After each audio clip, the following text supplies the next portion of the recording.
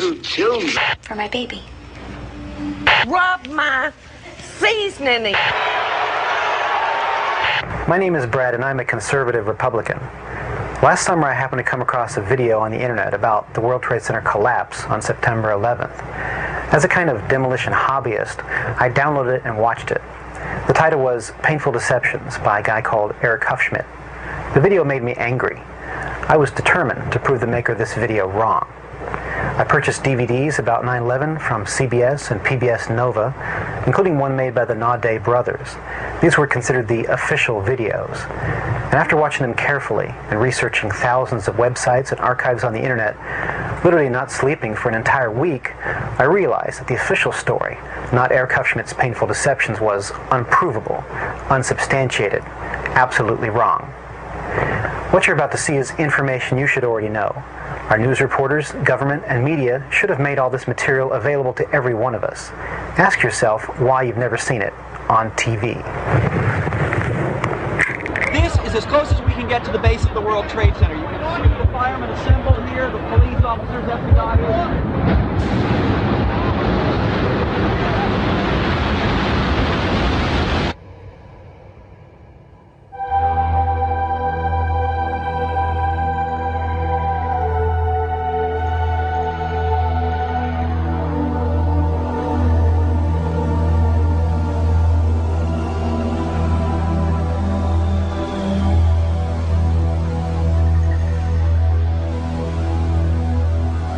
On September 11th, we learned that 4 passenger planes were hijacked and taken radically off course.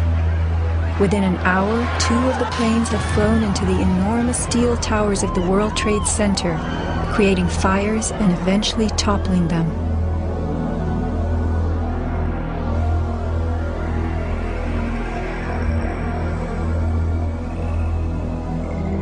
Dazed by the news, the American public soon believed the fires in the towers had burned so hot they caused the steel frames of the buildings to give way.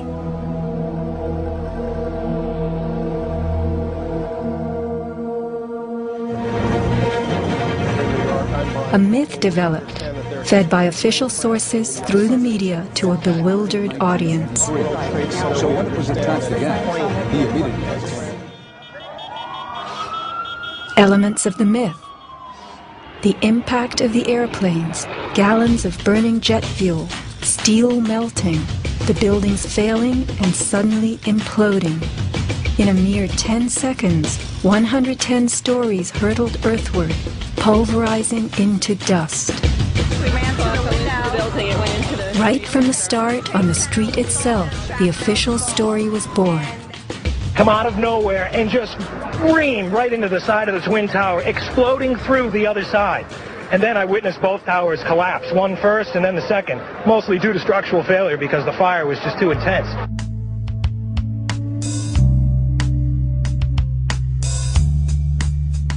The myth bled into the FEMA report and was echoed by the experts. It was the combination of the impact load doing great damage to the building, followed by the fire, that caused collapse.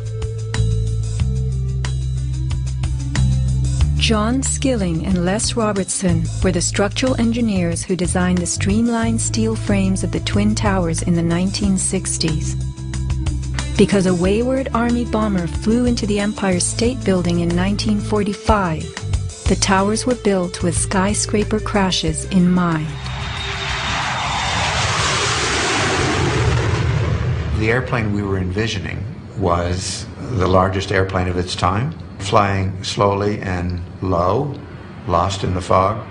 We designed the buildings to take the impact of the Boeing 707 hitting the building at any location. But the aircraft that hit the towers was a Boeing 767, heavier than a 707, fueled for a transcontinental flight and traveling fast.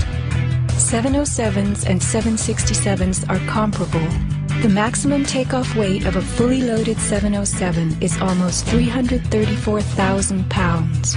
As airplanes only carry the fuel load they need, the smaller model 767s that struck the towers were not, in actuality, maximally fueled or close to their maximum takeoff weight. As for the heat of the fires, listen to the radio communications of these New York City firemen. One side. We got two. I saw the pockets of fire. We should be able to knock it down with two lines. Where you know that? 78th floor. We got two.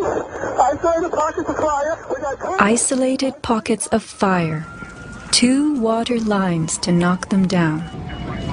FEMA's executive summary relays that much of the fuel in the planes, jet-grade kerosene, was consumed by the initial fireballs and the following few minutes of fire. It then tells us that the burning jet fuel spread between floors and ignited the building's contents, causing more fire and generating heat. This was somehow enough to bring down the tower's 47-column steel core, 236 exterior columns, and thousands of steel trusses all at the same time. Watch the towers smoking in the aftermath of the plane strikes. If you have ever tried to light a wood fire, you will know that smoking logs tell you the fire is not burning successfully. Smoke is the sign of an oxygen-starved fire. The Twin Towers stood for over an hour, smoldering but not flaming. During that time, thousands of people were evacuated by way of the stairwells. Others, trapped by debris, stood in the smoke-filled windows and signaled for help. In fact, the towers did what they were built to do. The building was designed to have a fully loaded 707 crash into it. That was the largest plane at the time. I believe that the building probably could sustain multiple impacts of jetliners because this structure is like the mosquito netting on your screen door, this intense grid, and the jet plane is just a pencil puncturing that screen netting. It really does nothing to the screen netting.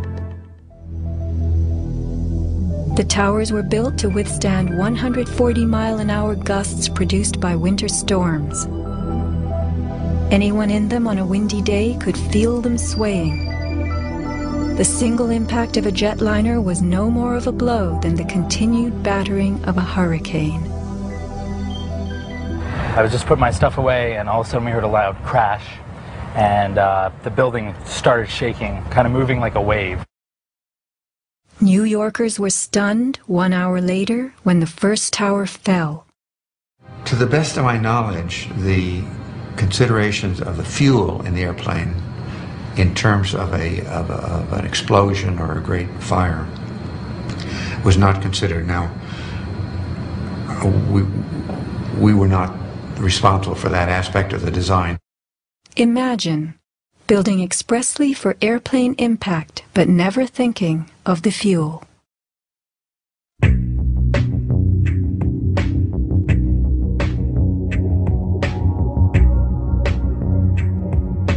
Never before in the history of the world has a steel building collapsed due to fire. I have not seen, until recently, a protected steel structure that has collapsed in a fire. True infernos have raged hot and long in steel-framed buildings, but not one of the buildings ever came down. In 1975, the World Trade Center's North Tower suffered a nighttime fire that flamed for 3 hours, spreading vertically from floor to floor. It burned twice as long as the fires of 9/11 without even a hint of a building collapse. In February 2005, the Windsor Tower in Madrid, a skyscraper undergoing reconstruction, sustained a 20-hour fire. This is what was left, a standing building strong enough to support a crane. Compare a 20-hour inferno to 90 minutes of smoke.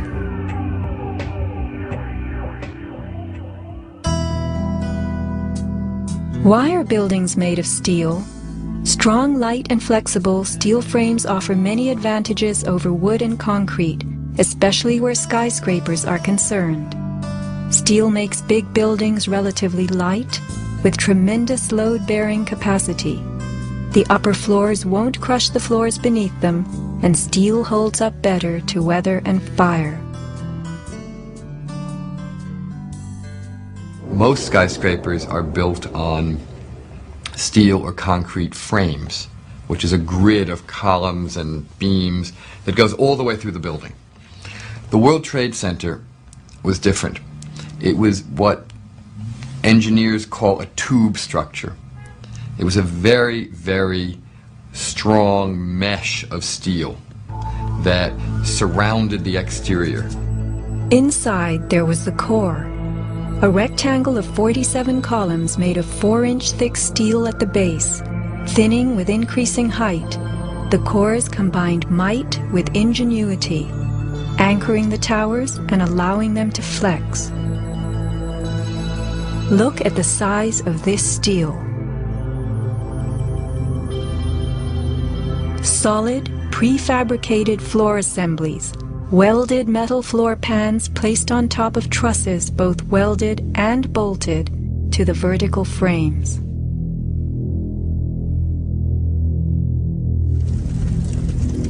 The story we were told. This rock-like steel grid gave way because fire warped the trusses, causing the bolts to fail.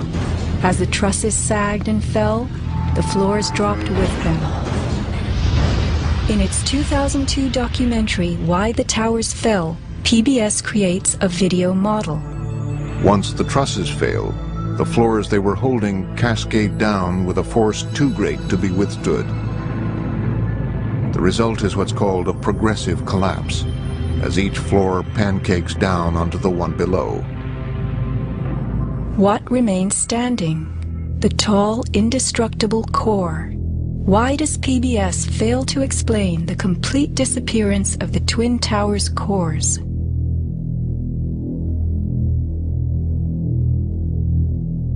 The official story's central thesis is based on heat, temperatures high enough to weaken steel.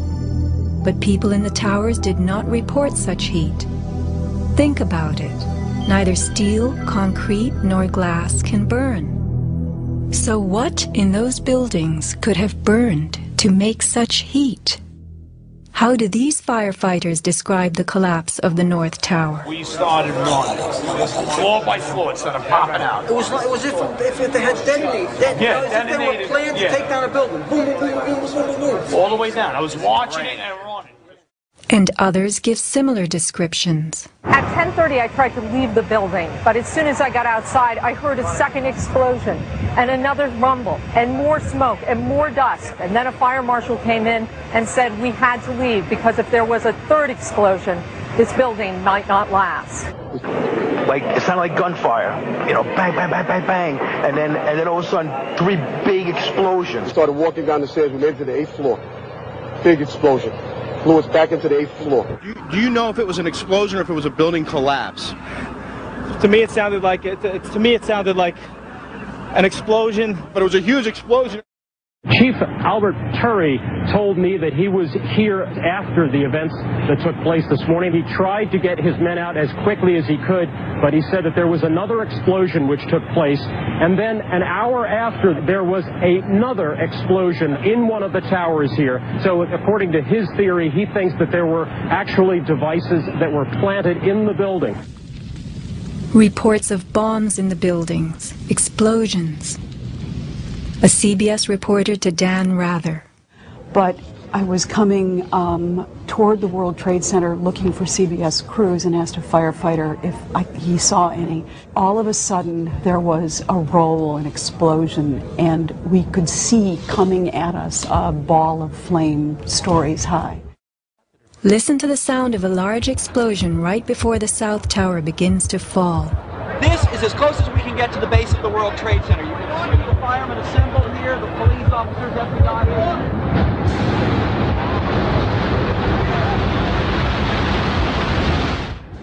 Sound reaches us after what we see. If the boom we just heard was the sound of the building collapsing, it would follow the collapse. Instead, the boom is heard before. Whoa, whoa, whoa. Bring it back.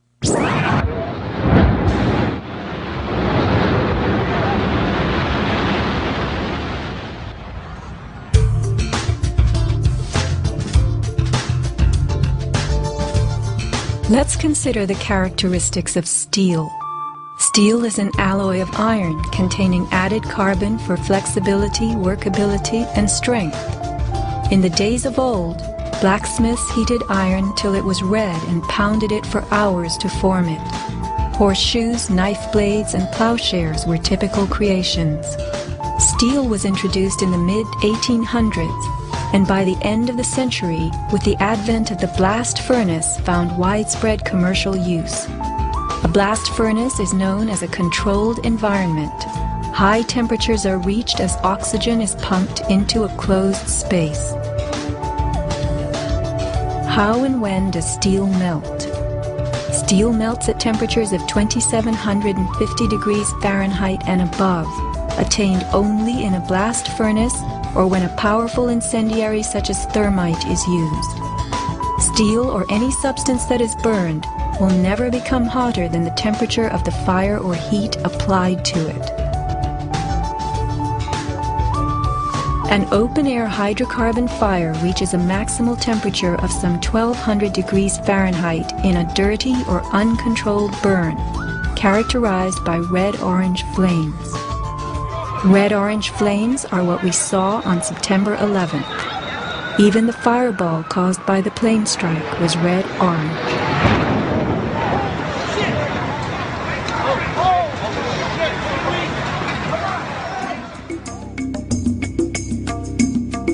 A controlled burn falls between a dirty burn like a fireplace and a controlled environment, the blast furnace. A controlled burn employs a regulated mix of air and fuel, an example being your gas stove or the engine in your car. You can fire up your gas stove all day long, making soup, roasting a duck, or simmering a stew. Made of steel, your stove will not melt, and nor will your pots and pans. This is a kerosene heater designed for use in any ordinary house. The heater runs on jet-grade kerosene contained in this tank.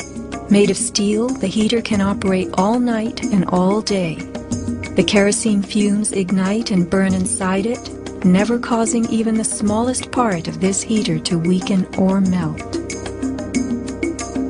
Yet we were led to believe that these tremendous buildings, framed in steel and surfaced in aluminum, totally collapsed from small scattered fires and 90 minutes of smoke. Take note of these hurtling beams, thrown laterally outward as the tower comes to earth.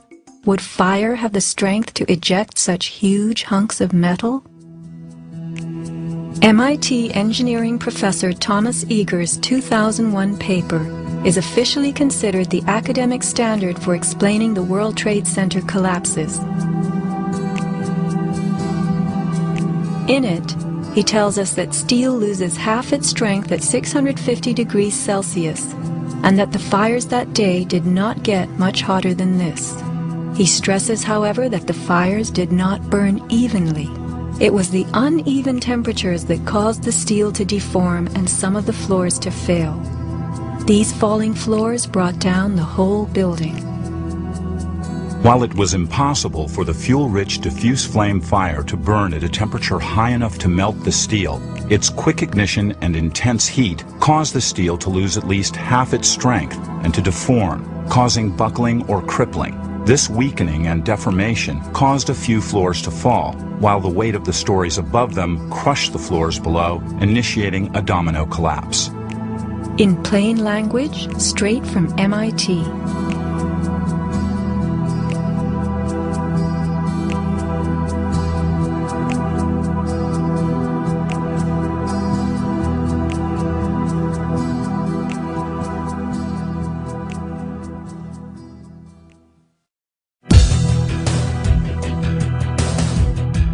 What do falling buildings look like? What do demolitions look like?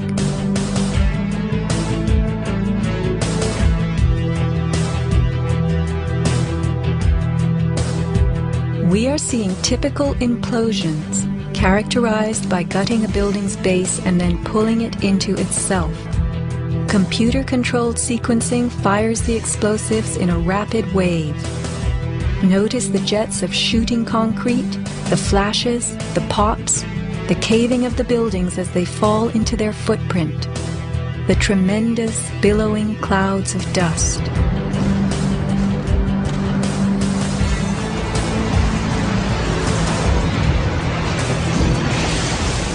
Now let's look at the collapse of the Twin Towers.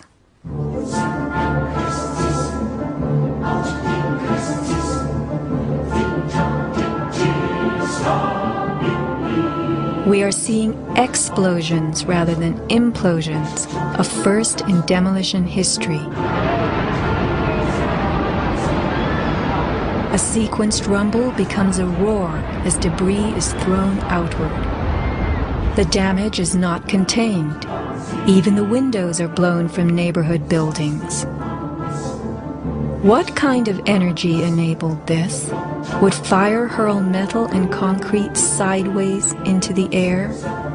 Here, a 600,000-pound chunk of steel, twice the weight of a Boeing airliner, was flung 400 feet, wedging itself deep into 3 World Financial Center on Vesey Street. A FEMA photographer taking pictures of Ground Zero wondered why so many steel beams were jutting from neighborhood buildings. What shot pieces of the towers all the way across the street?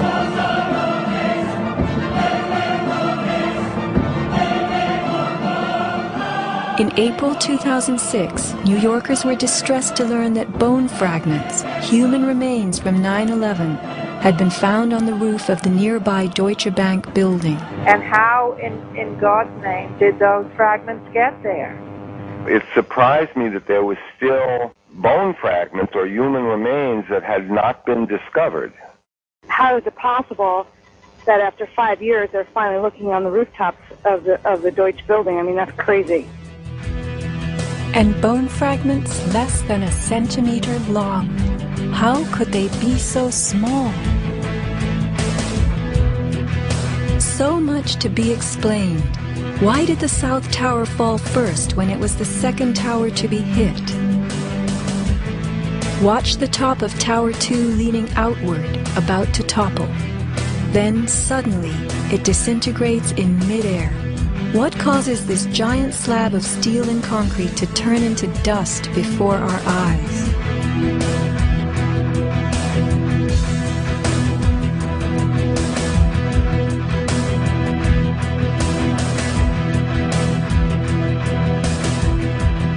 Watch both buildings collapsing straight down, directly into the path of most resistance, which is all the floors and all the mass of the building itself.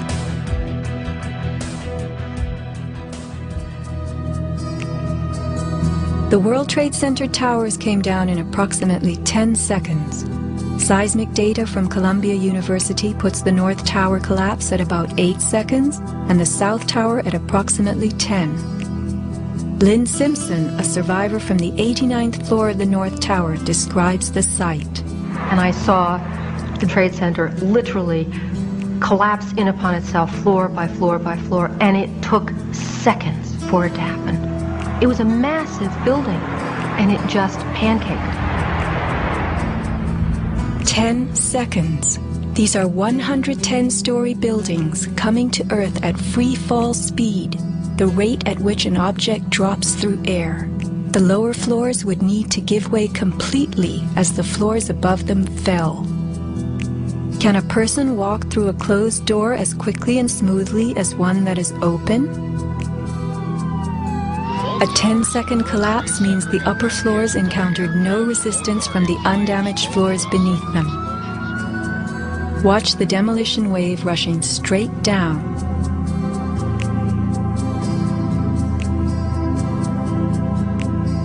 Here the South Tower is half its original height, but wreckage from the upper collapse has not yet fallen this far. We are watching a demolition moving faster than gravity itself, a building bursting into powder from top to bottom.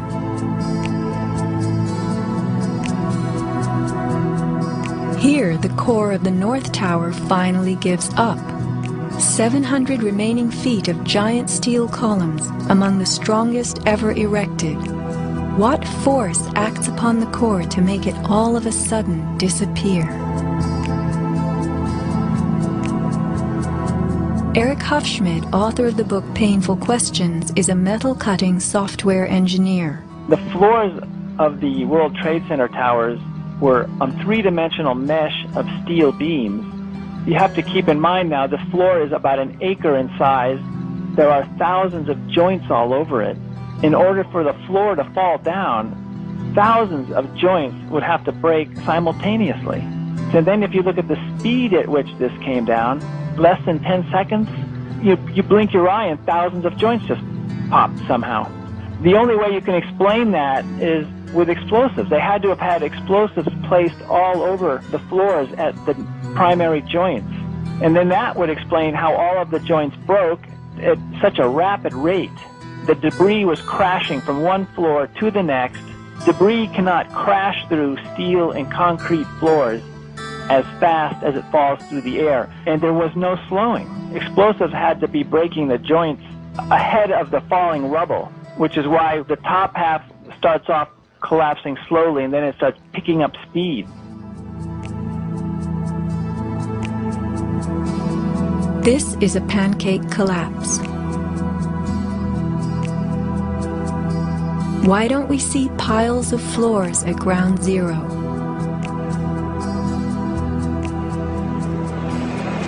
And paper blown everywhere. Wouldn't a pancake collapse have trapped the contents inside? What blew this paper all over New York? If you were to drop a billiard ball from the top of the Twin Towers, it would hit the ground in just over 9 seconds, the average time it took for the towers to fall. Helped by gravity and falling through air, the ball will gain speed. The calculation for a pure pancake collapse of 110 stories, with each floor pulverizing to get out of the way, is 96 seconds. In the real world, with the floors creating resistance, a pancake collapse would lose speed. Never would it gain speed.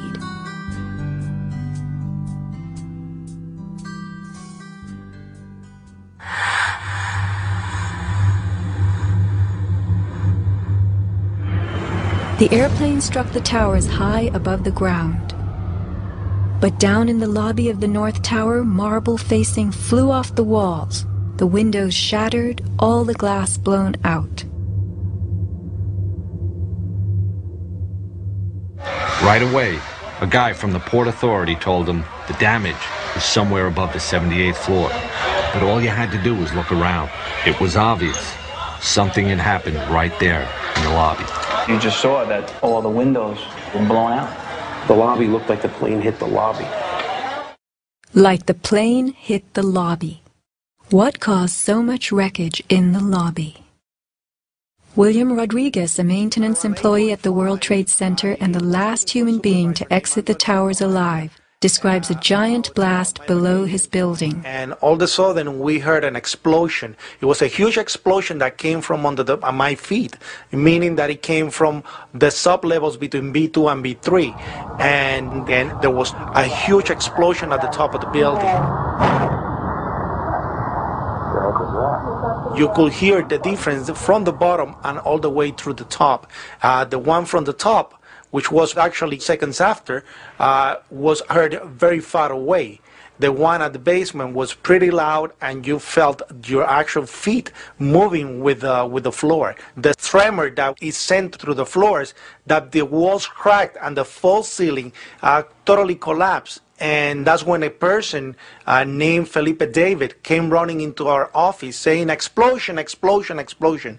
And when I saw him, he has all his skin pulled from under his armpits and missing pieces on his face. An explosion deep down in the tower before the plane crash 95 floors above. Others lived to report enormous explosions below the towers. Construction worker Philip Morelli was in North Tower's sub-basement 4 at the time of the first plane strike. I go downstairs, the foreman tells me to go to remove the containers. As I'm walking by the main freight car of the building, in the corridor, that's when I got blown. I mean, the impact of the explosion, of whatever happened, it threw me to the floor, and that's when everything started happening. Blown to the floor. Let's hear what happened next. I was racing, I was going towards the bathroom. All of a sudden, I opened the door, I didn't know it was a bathroom, and all of a sudden a big impact happened again. And all the ceiling tile was falling down, the light fixtures were falling, swinging out of the ceiling. And I come running out the door, and everything, the walls were down, and now I started running towards the parking lots. There was a lot of smoke down there, there was a lot of people screaming. People came with us running up the ramps. Philip then ran underground to the South Tower. You know, you got to go clear across the whole from 1 to 2 World Trade Center. You know what I mean? That's the way you got to run. And then all of a sudden it happened all over again. Something else hit us to the floor. Right in the basement, you felt it. Walls were caving in, everything that was going on. I mean, I know of people that got killed in the basement. I know of people that got broken legs in the basement. People that got reconstructive surgery because the walls hit them in the face.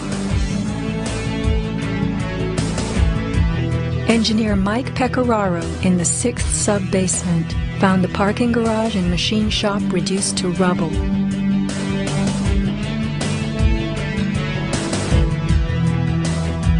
Rescue firemen and civilians spoke of hearing explosions throughout the towers.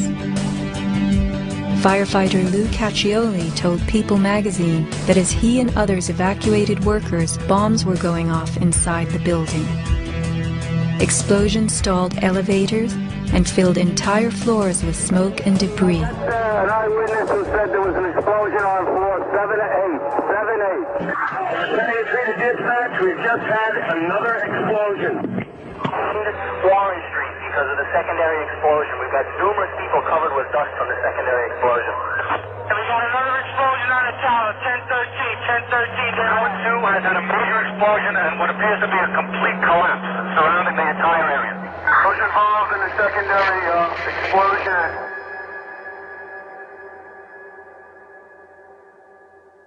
William Rodriguez, helping the firefighters, reports blasts within the North Tower well before it fell. As I went up, I remember listening to small explosions on the upper floors, and these small explosions were not coming from the area of the impact. It was coming from lower floors. And when the second plane hit the South Tower, we heard boom. When we heard boom, inside our building, the North Tower, we heard pa pa pa pa pa pa pa pa. And on the security radio, we heard, we lost 65, meaning the 65th floor collapsed.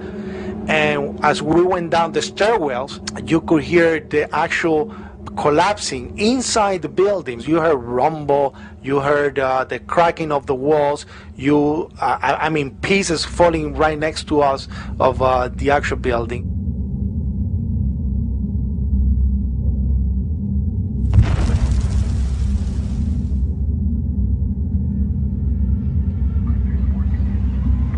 What happened at the base of the towers just before they came down? Smoke appeared at street level.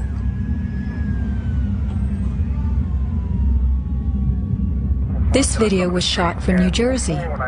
An explosion is heard as white smoke rises at the base of the building. Now people are gathering in large groups. In fact, at one corner, smoke was coming from the city. Folks stepping out of bodegas and stores.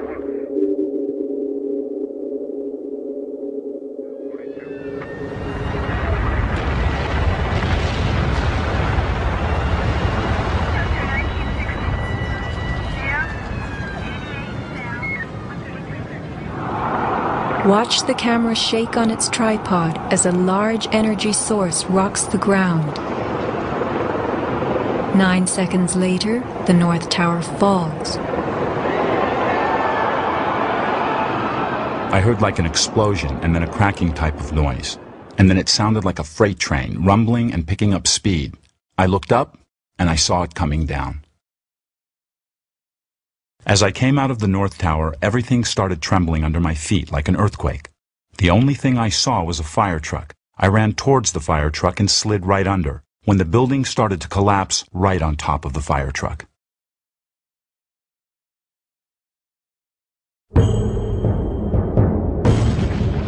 Across the Hudson River, Richard Siegel was filming an astonishing day. The sound meter of Richard's camera caught something very significant. Adjusted for the distance involved, as sound travels more slowly than what we see, the camera registered multiple explosions in the towers. Here is the South Tower record. Then the building fell.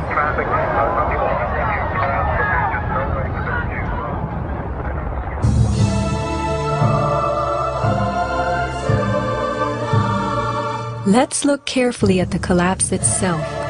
Notice the puffs of concrete issuing from the sides of the building well ahead of the collapse wave. Called squibs in demolition language, these are actual explosives, charges firing visibly through the exterior as gravity pulls the building down.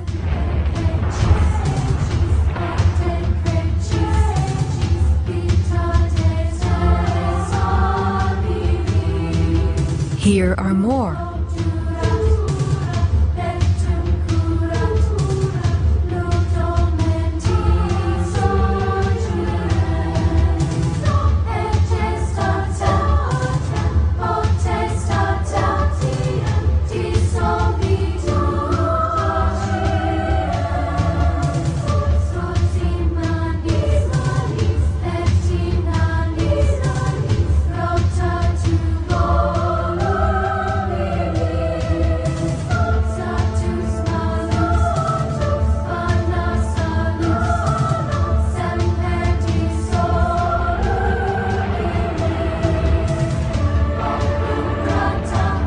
Shattering from the top, engulfed by banana peel plumes, these were no ordinary implosions. The Twin Towers each consisted of 3 multi-story buildings set on top of one another. To sustain the weight of so many floors, the sky lobbies had to be extra heavily reinforced. Watch a big squib coming from the sky lobby band.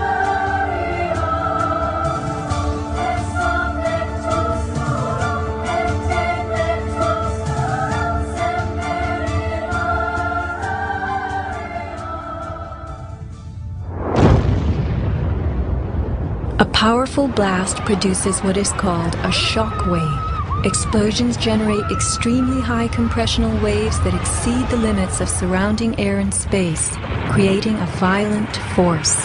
When the debris started coming down, I was right in the shadow of the South Tower. I was less than 100 yards away. Everybody saw the video over and over again of that cloud chasing people down the street. It was like a tornado. It was like being hit by a wave at the beach, but the wave was intense, it was hot, it was noisy. It was like getting hit in the back by gravel, rocks, like somebody had picked up handfuls of rocks and was just throwing them at you. And the noise kept coming and coming, and one second I was running, and the next second I was flying. I was just, I had no control over my feet, no choice as to what direction I was going. I was in the air, and it seemed like I was being followed by this tornado of darkness. The South Tower fell first.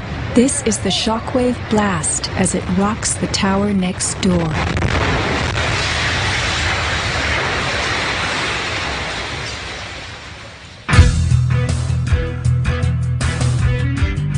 As the buildings fell, they darkened Manhattan, filling the air with billowing clouds of dust and ash.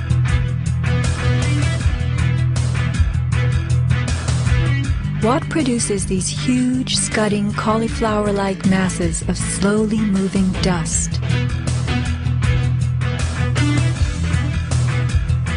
True, a 110-story building has just been reduced to 1 million tons of rubble.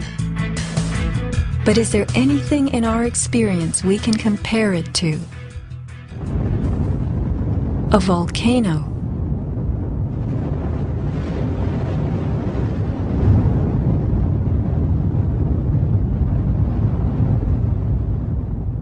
The U.S. Geological Survey website provides us with a definition of a pyroclastic flow as a ground-hugging avalanche of hot gas and debris. The rising gas chimney is clearly visible in this photo of the North Tower implosion with pyroclastic flows between buildings. The cauliflower shape of the debris clouds is a telltale sign of pyroclastic flows generated by massive explosions typical of volcanic eruptions and controlled demolitions. That is the second building that has gone down. It came out. A pyroclastic surge can even flow over water as hot gases carry dust created by explosive energy. Here, the South Tower implosion creates a pyroclastic surge moving out over the Hudson River. A volcanic eruption produces exactly the same thick, scudding ash, heavy with debris, hugging the ground as it flows out from a tremendous internal explosion.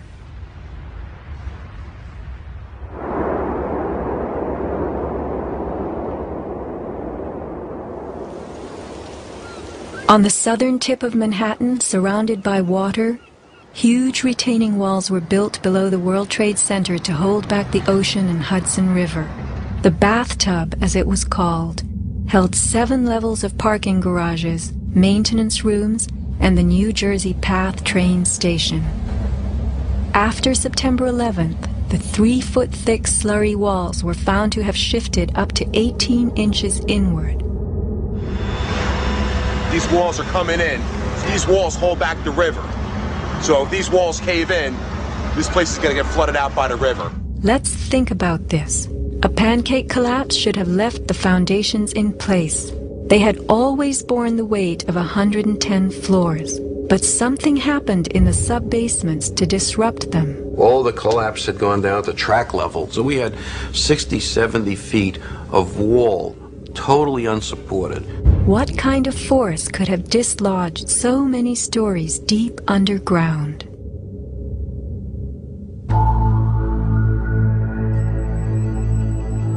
The pile itself seemed to have a life of its own. It spewed fire when we dug into it.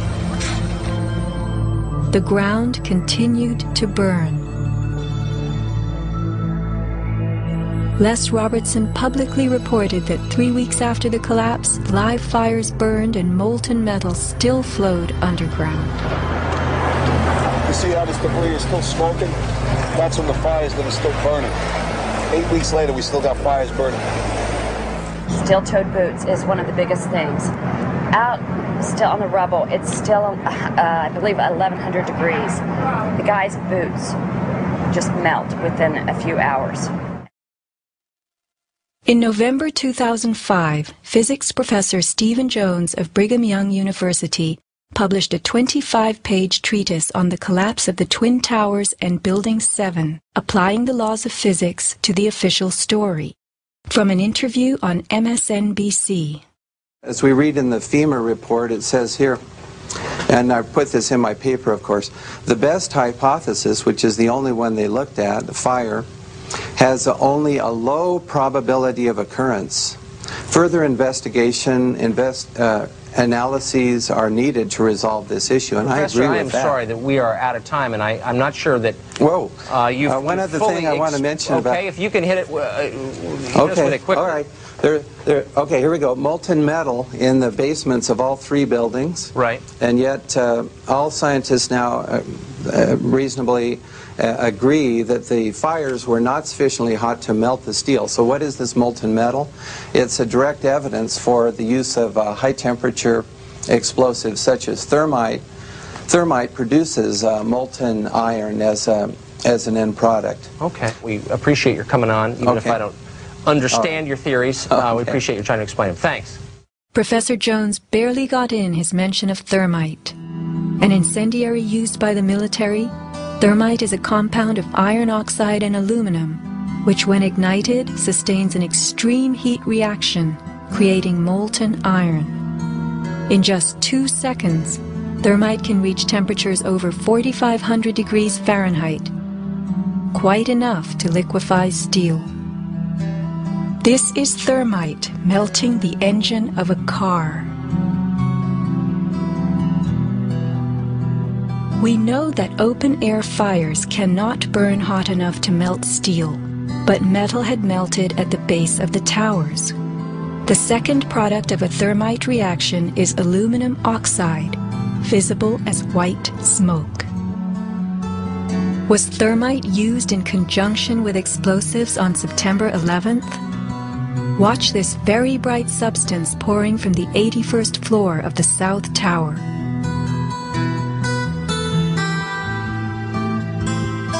And white smoke appeared at the base of the building. Would this be aluminum oxide, the byproduct of a thermite reaction? Appendix C of the FEMA report describes sulfur residues on the World Trade Center steel. The New York Times called this the deepest mystery of all. Sulfur slightly lowers the melting point of iron, and iron oxide and iron sulfide had formed on the surface of the structural steel. Sulfur used with thermite is called thermate, producing even faster results.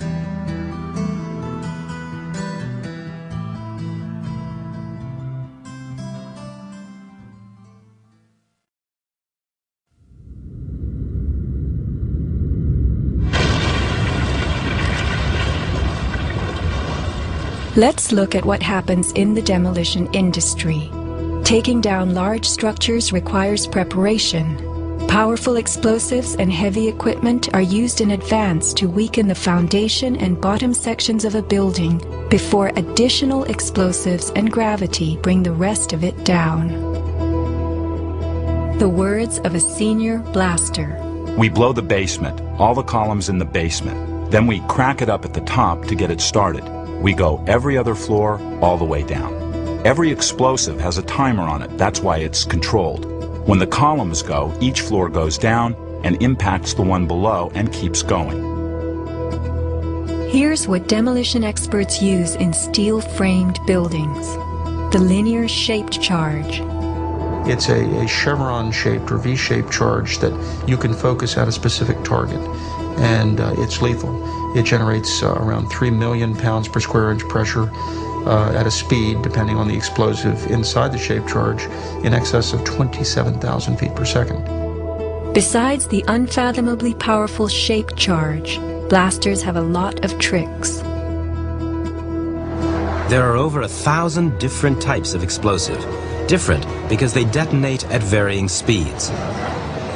This is detonating cord, and this burns at about 21,000 feet per second. Comes in all colors, pastels too. With the use of delays, we can control pretty much where the debris lands. We can control vibration. We can control noise levels. Timing and delays are the key to just about everything in our business.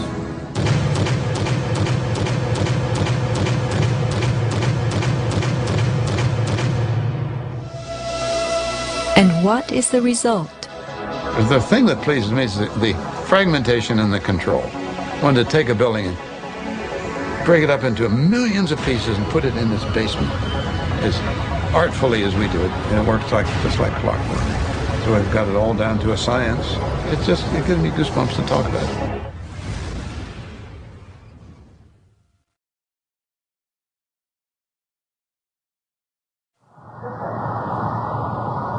Were the underground explosions intended to blow out the Twin Towers' basements, followed by blasts heard inside the buildings of shaped charges slicing the core? Because of the secondary explosion, we've got numerous people covered with dust from the secondary explosion. Demolition pre-weakening usually takes place well in advance of the final blast, but at the World Trade Center, critical prep work might have had to occur in a very compressed time frame in the panicked aftermath of the plane strikes.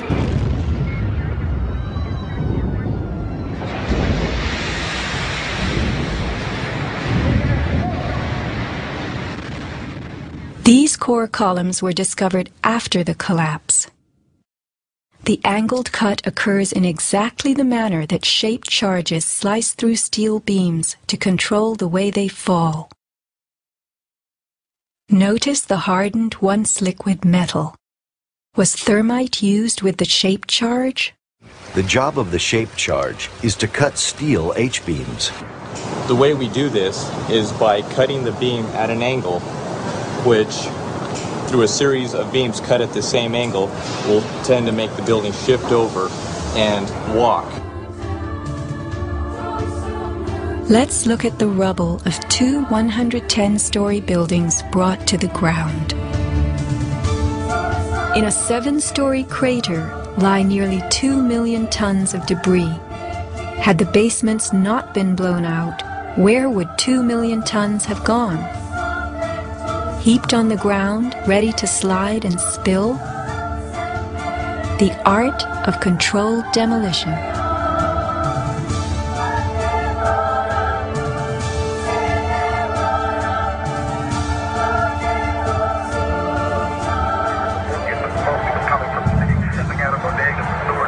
Remember the pre-collapse and mid-collapse explosions caught by Richard Siegel's camera on the Jersey shore? Were these the blasts that took out the core and upper basements? Just before the final crumble, a mind-boggling sequence of computer-controlled delays that blew the exoskeleton, pulverized the concrete, to bring the whole structure rolling to the ground.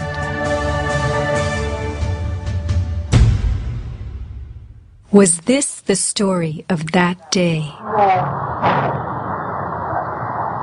Inside our building, the North Tower, we heard pa pa pa pa pa pa pa pa pa. And on the coming from the city, stepping out of bodegas and stores for work.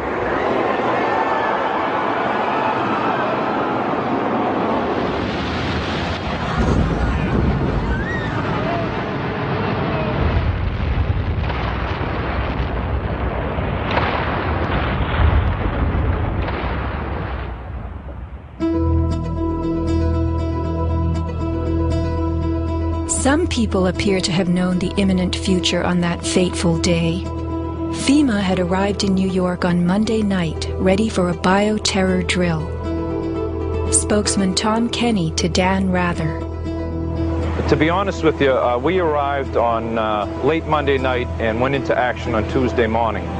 And not until today did we get a full opportunity to work the entire site other than the spot at Church and Day to which we were deployed.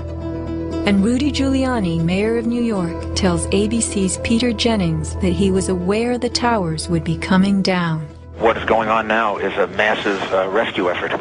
Do you believe it's hundreds or thousands? I really don't want to say right now, Peter. I think it's going to be a horrible number. I saw people jumping out of the World Trade Center. I saw some of the firefighters who I know going into the building. And we were in a building in which we were trapped for about 10-15 minutes. And we set up headquarters at 75 Barclay Street, which was right there with the police commissioner, the fire commissioner, the head of emergency management. And we were operating out of there when we were told that the World Trade Center was going to collapse. The World Trade Center was going to collapse. It was going to collapse. It was going to collapse.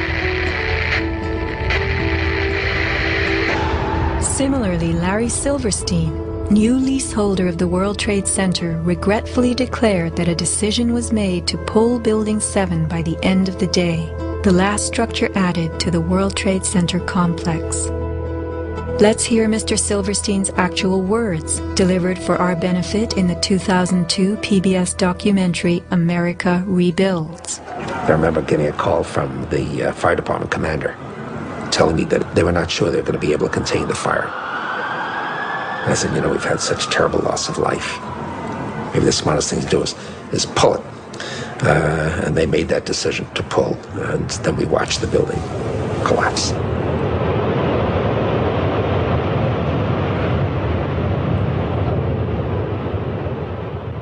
Blast, shoot, blow, and pull are terms used in the demolition industry to refer to bringing down buildings, bridges, and other structures. Because I actually blew the hospital down that I was born in. Originally, we had figured to shoot it, let it drop straight down. Then, watch Demolition Dynamics attempt a big blast. And from Ground Zero's own post-disaster wrecking crew. By mid-December, the Department of Design and Construction had leveled World Trade Center buildings 4 and 5. Hello? we're getting ready to pull Building 6.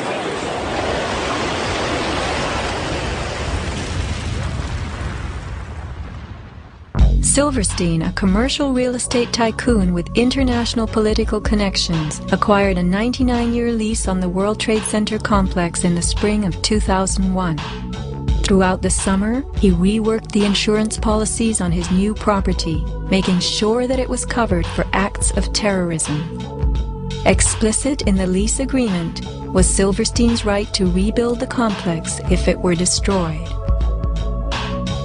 After 9/11, Mr. Silverstein fought his insurers in court to obtain double his policy limits for the destruction of his property, maintaining that the double hijacking constituted 2 disasters caused by terrorists, not just one. He won and was awarded over $7 billion, a magnificent return on his original $15 million investment. My first reaction is to think about the families of those people, the tragedy, the magnitude of it. However, I firmly believe that we should rebuild.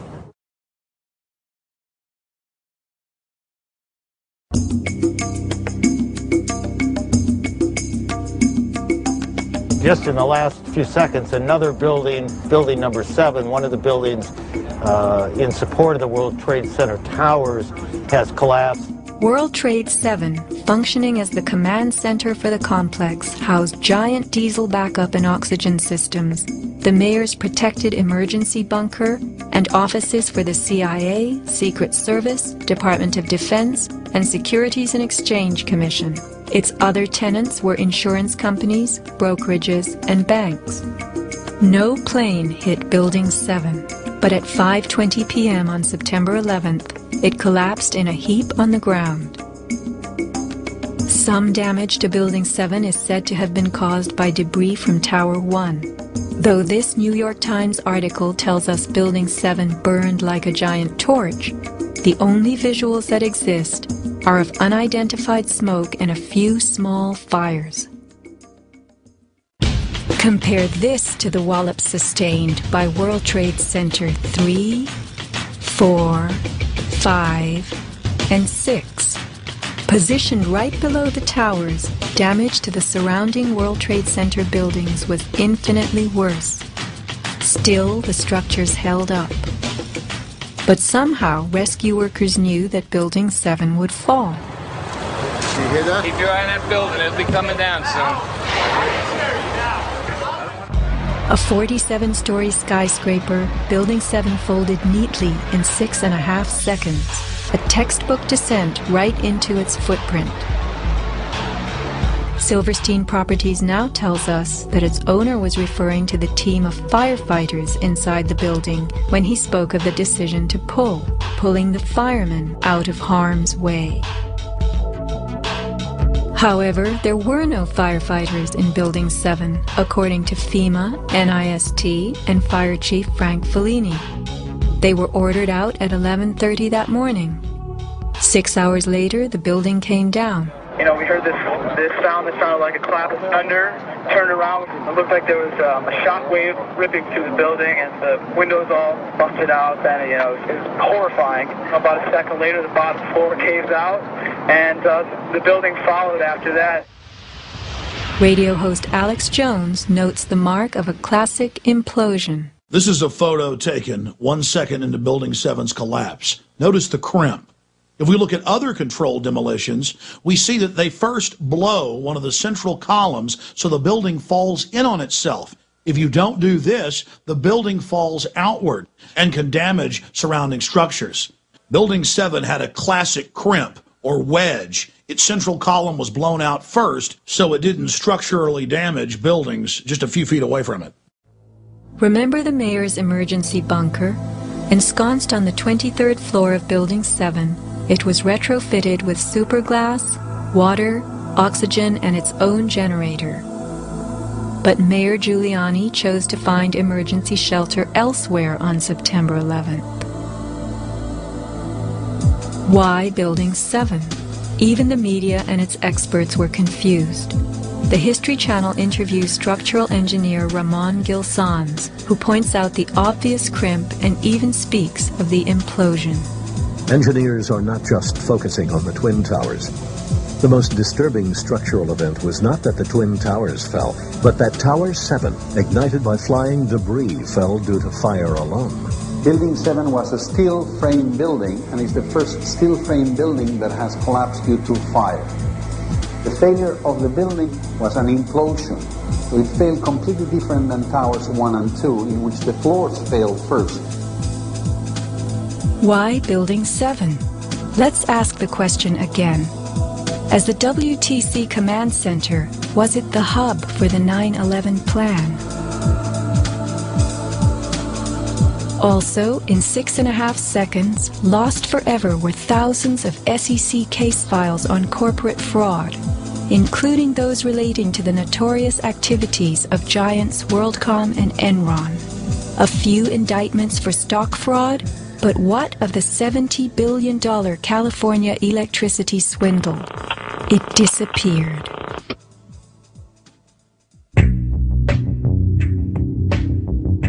No one died in the collapse of Building 7.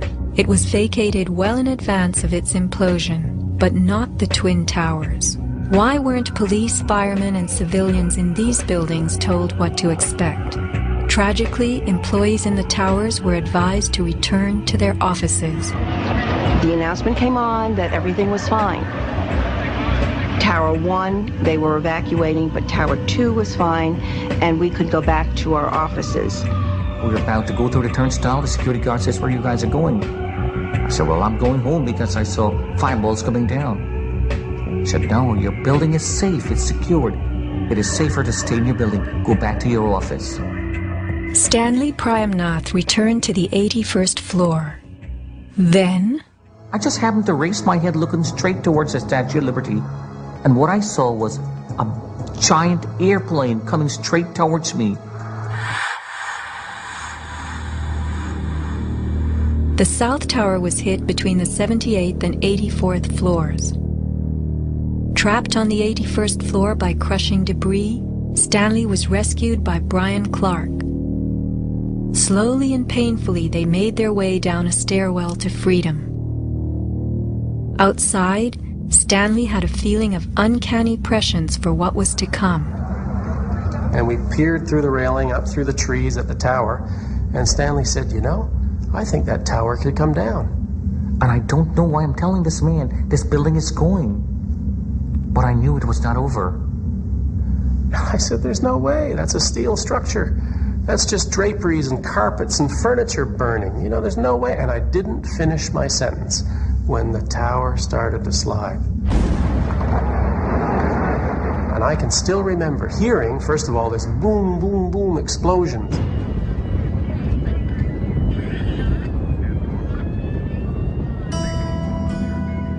Not all were blessed with intuition or foresight.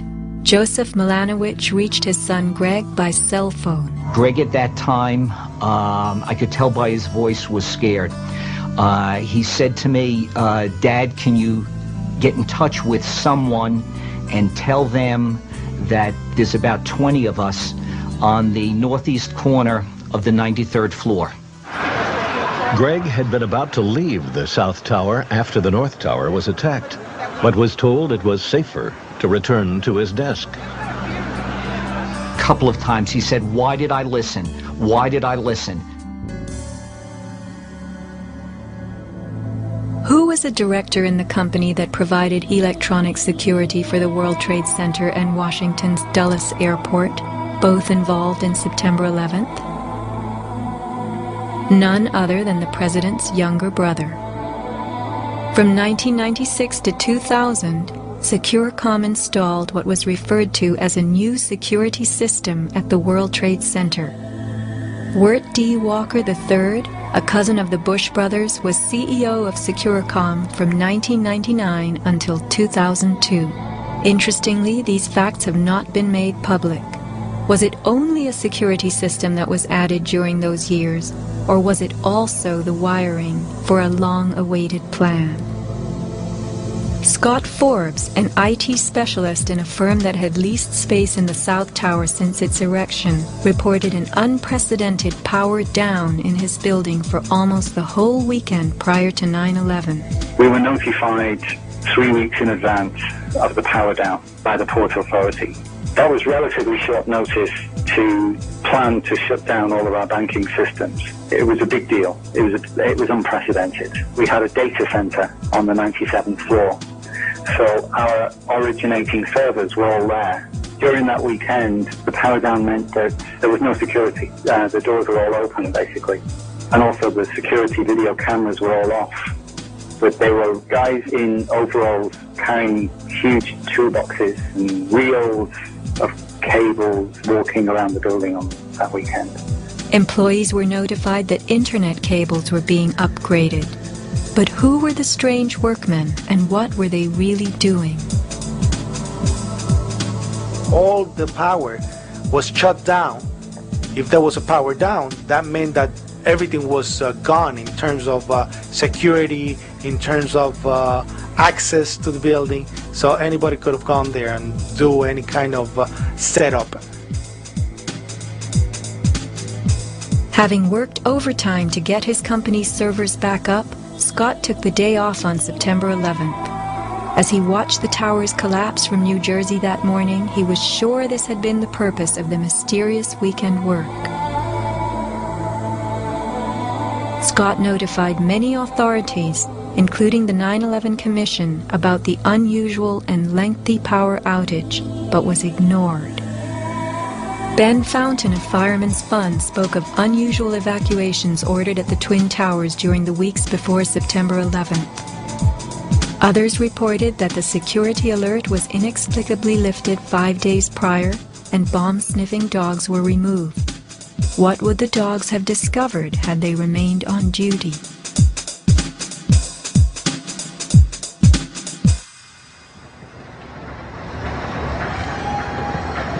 Not long after the disaster, Lower Manhattan saw banners like this one.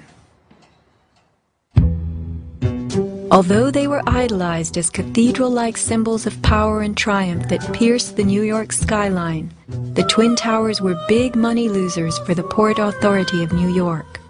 They cost millions a year to equip with the basics: electricity, water, heat, air conditioning, sewage, and even oxygen, being airtight.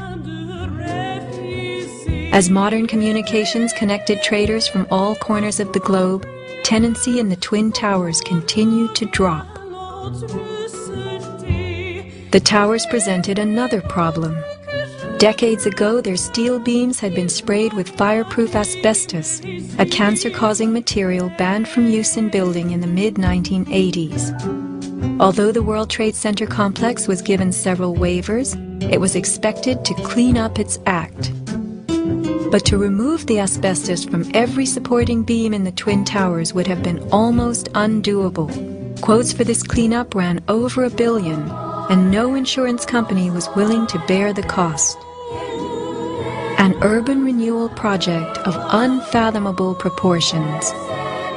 Given the tower's issues and problems, September 11th proved an unexpected bonanza.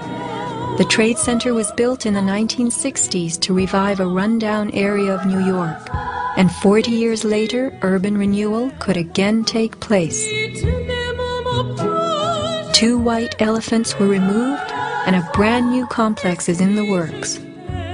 The full height of the new Freedom Tower will soar to 1,776 feet.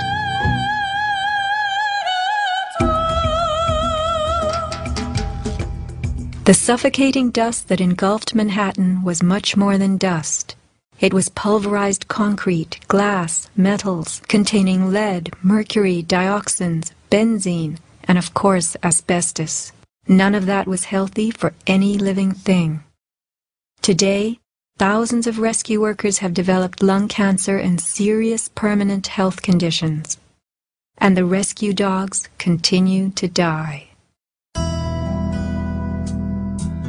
What you had was a ground-level municipal incinerator that smoldered for months, burning up the most heavily computerized building in the world.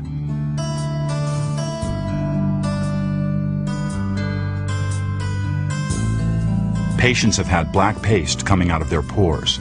They have reported bowel movements that are blue or green and have smelled like smoke, despite the fact that they have not been at a fire scene for months. Only 3 days after September 11th, Washington instructed the EPA to declare Manhattan safe and reopen Wall Street, though the air remained toxic. A federal judge is blasting the former head of the Environmental Protection Agency for telling New Yorkers it was safe to return to their homes and offices near Ground Zero soon after the 9/11 attacks. The judge called Christine Todd Whitman's actions, quote, conscience shocking, and refused to grant her immunity. It was documented that the White House ordered EPA to tell these lies, to downplay the seriousness of the environmental hazards. In addition, 9/11 first responders who have fallen ill and applied for aid have been denied.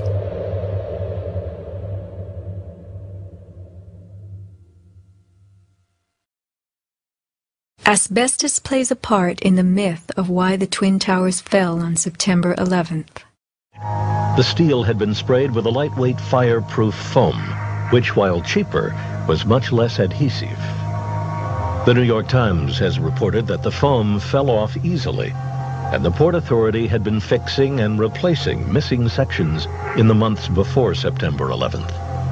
But even if the fireproofing had been perfectly applied, the impact of the plane crashing into the North Tower was so powerful, it simply blew most of it off, allowing the fire to attack the steel beneath. Once the planes hit, whatever condition it was in before the fact, made no difference because an impact would knock it off and the fire would have devastating effects on the steel. One good smack from a jet plane and the puffs of asbestos are all blown off the steel. Would a few hundred doors slamming do the same thing? Here, the History Channel tells us how, due to poor fireproofing, flames swept through the pockets between floors. As much of the fireproofing had been dislodged on impact, the flames were attacking unprotected steel. When steel is not protected, the strength reduces very fast. When you get to about 1100 degrees Fahrenheit, you lose about half the strength of the steel. The fire inside the towers may have reached temperatures of 2,500 degrees Fahrenheit. The New York Times has reported what happened to those steel floor trusses then. The steel did heat up and it became softer and softer, almost like licorice. And eventually, all the steel had been weakened in this zone.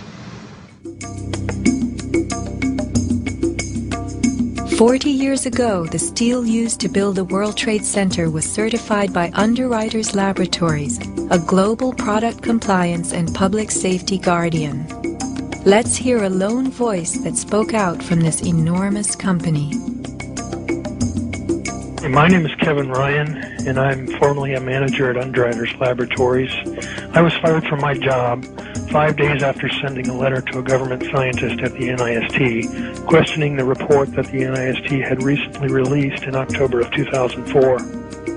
I wrote this letter because I had serious questions about what I saw in the report. Those questions went back to September of 2001 when UL's CEO came to our location in South Bend. He told our entire staff that the World Trade Center steel had been certified by UL, and he said that we should be proud of how long the buildings had stood. Over the next 2 years, I did some research and found some very disturbing facts, including that the steel had been disposed of in an unprecedented manner. Once I discovered those facts, I sent a written question to UL CEO asking him about these things and what he was doing to protect our reputation as a company. He replied in writing to me that UL did, in fact, test the steel. He talked about the quality of the sample and how well it had performed in the tests.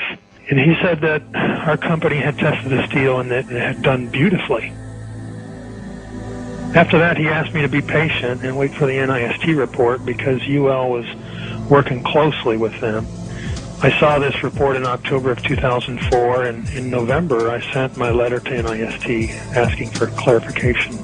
I felt it was an obligation on my part to ask the questions since no one else seemed to care to. After the 1993 bombing, the fireproofing in both buildings was updated considerably. But when you look at the NIST report, you don't see any testing that showed that a 767 would widely dislodge the fireproofing under any impact, let alone so far from the point of impact. So now we've been left with a new theory that is not really a theory at all, but only a collection of vague statements. The NIST report represents what can really only be called anti-science. They started with their conclusions and worked their way back to some leading hypotheses. When the results of the physical tests showed that the temperatures were far too low to soften steel, and that the floors could not have collapsed, and that the fireproofing could not have been widely dislodged, the NIST ignored these results and built a black box computer model that no one can argue with and that would spit out the right answers. Today, anyone who's conscious enough to know what's happening in the world knows that most government policy is being driven by this false story. Crack down and punish the perpetrators of this attack. This is being seen on Capitol Hill as another Pearl Harbor, as another Pearl Harbor, as another Pearl Harbor. The steel in dragon-like lengths and contortions spoke for itself. Bent, deformed, without cracks. I found it hard to believe that it actually bent because of the size of it and how there's no cracks in the iron. It bent without almost a single crack in it. It takes thousands of degrees to bend steel like this. Typically you'd have buckling and tearing on the tension side, but there's no buckling at all. There's no buckling at all. Here is the meteorite, molten iron fused with concrete. And architects, engineers, people who work with steel, welders have just never seen the level of destruction and the level of deformation of this material in our lives. It is true that heat expands steel. In a fire, steel members may swell and bend slightly. But this, how could these huge tangles have been created? The steel below the towers had melted at many thousands of degrees. Since metal conducts heat, were these twisted remains formed by high temperatures wicking their way through a gridwork of steel?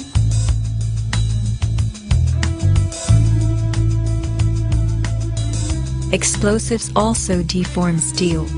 As they fire, gas pushes outward. The force of the gas can easily bend a large steel column.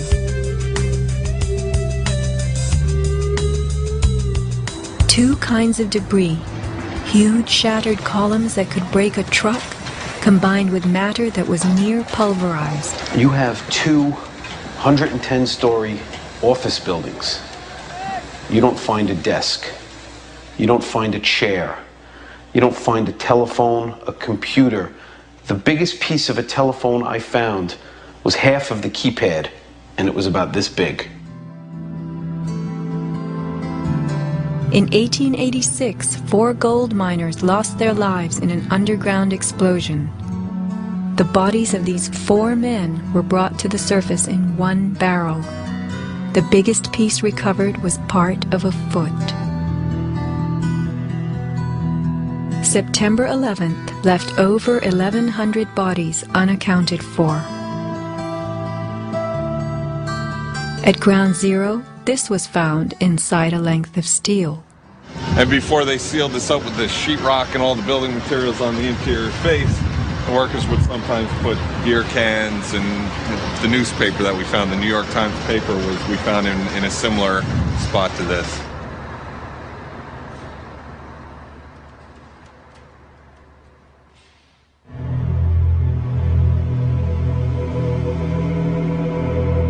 Secrets cannot be kept forever. Just as that newspaper from 1969 revealed itself to us decades later, we will someday know the inside of September 11th. The reasons for the staging of such a production go far back into time.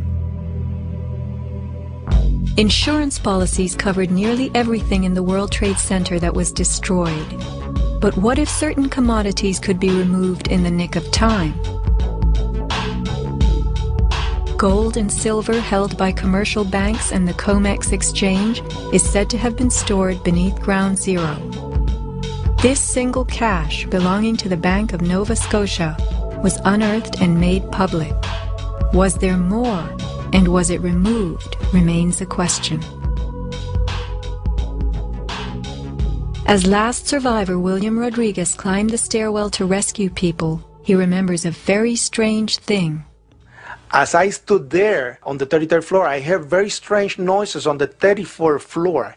Now, the 34th floor was an empty floor, a floor that did not have any kind of walls, or it was a construction floor. It was totally hollowed out.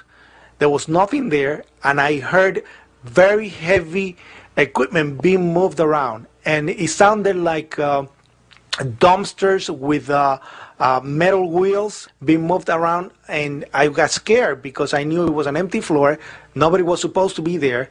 As a matter of fact, not even the elevators stopped there. You have to have a special access key to open the door on the 34th floor. So to find that there were strange noises there, and I continue actually bypassing that floor because I didn't dare to open the door on the 34th floor. Something told William Rodriguez not to mess with the 34th floor. I got scared. Yet William Rodriguez was not a man who was scared that day. He remained in a burning building against firemen's orders, endangering his own life as he saved the lives of others. What could have been happening on the 34th floor? For weeks, Scott Forbes had heard similar noises on the 98th floor above him. It must have been at least 4 to 6 weeks before 9/11. It was like rebuilding work going on upstairs. The tenants, the people from Aon who had been were moved somewhere else, the offices were just vacant. And there was a lot of heavy machinery building work going on. It was almost like pneumatic drills and lots of hammering, so much so that the floors were shaking. That's how noticeable it was. It was almost as if something heavy was being moved and then it was being taken off wheels, and it was like boom. Our floor underneath literally shook. You could feel the weight above you. That was how large it was. On one occasion, I opened a door to see what was going on, being nosy. When I opened the door, the whole office space was empty. There was nothing there at all. It was quite bizarre because it was just empty. Completely empty, barren, nothing, zero. Not even cables hanging from the ceiling, but there'd been these heavy noises and vibrations up above. It was really strange. And the noticeable dust in the building the week before. It was probably the week leading up to 9/11. Every morning I'd come in around 7 a.m. and the dust was incredible. It was filthy. It was like the cleaners weren't cleaning. Right where the windows were, there was a sill which enclosed radiators. I was sick to death of the dust which was appearing on the windowsills. It was dirty grey and very, very noticeable in that week leading up to 9/11. Where was that dust coming from? Grey dust Scott himself had to clean. Was it powdered cement? The steel columns of the Twin Towers formed an endo and exoskeleton. Had something been placed around the edge of the building, holes been drilled to contain it? Was the dust in those final days a telltale sign? As white elephants, the buildings were full of vacant offices. Tenants could be temporarily moved around for upgrades as Aon was, and a plan arranged to perfection.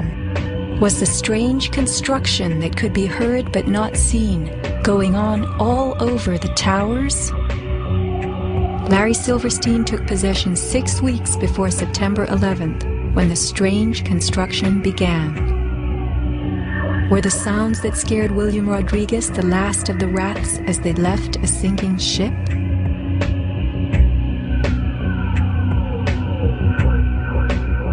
By taking a day off, Scott Forbes saved his life. This woman was not so fortunate. She is 9/11's Iphigenia, calling soundlessly to people who could not help her. Christopher Hanley trapped with 100 people on the 106th floor of Tower 1. Fire Department 408, where's the fire? Yeah, hi. I'm on the 106th floor of the World Trade Center. We just had an explosion up here. What building are you in, sir? 1 or 2? One World Trade. All right. Yeah, there's smoke, and we had about 100 people up here. Sit tight. Do not leave, okay? There's a fire or an explosion or something in the building. All right? I want you to stay where you are. Yes. Kevin Cosgrove trapped on the 105th floor of the South Tower. There's smoke right there, 105, 2 power.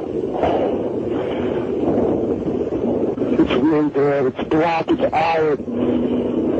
My wife thinks I'm all right. I called her and said I was leaving the building. I was fine, and bang. It's the 3 of us, 2 broken windows. Oh, God!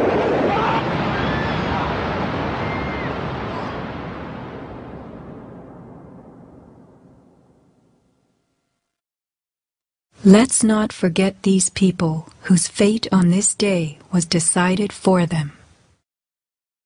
As we know, secrets cannot be kept forever.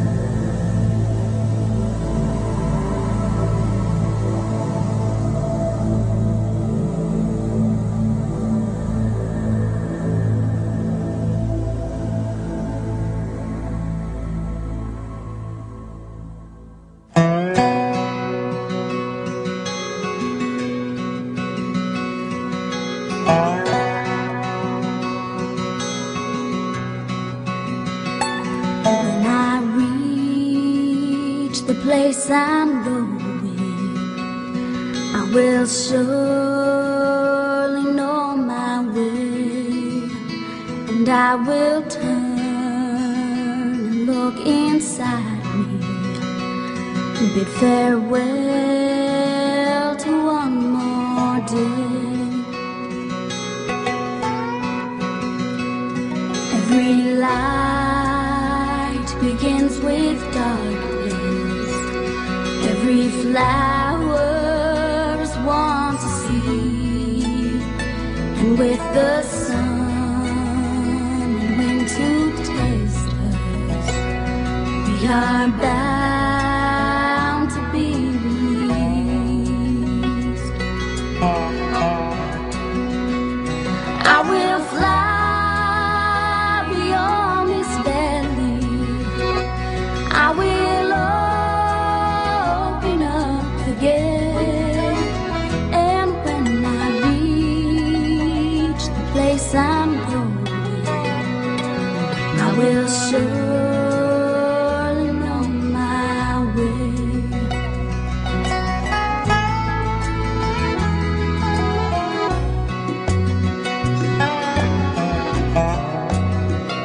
We have hands to hold our sorrow,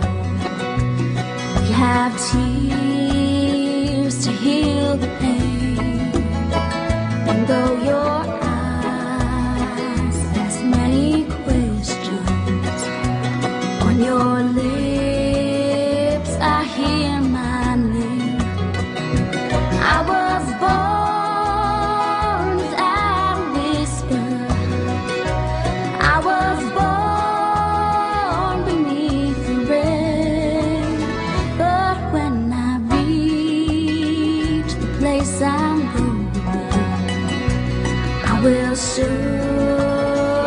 know my way. I will surely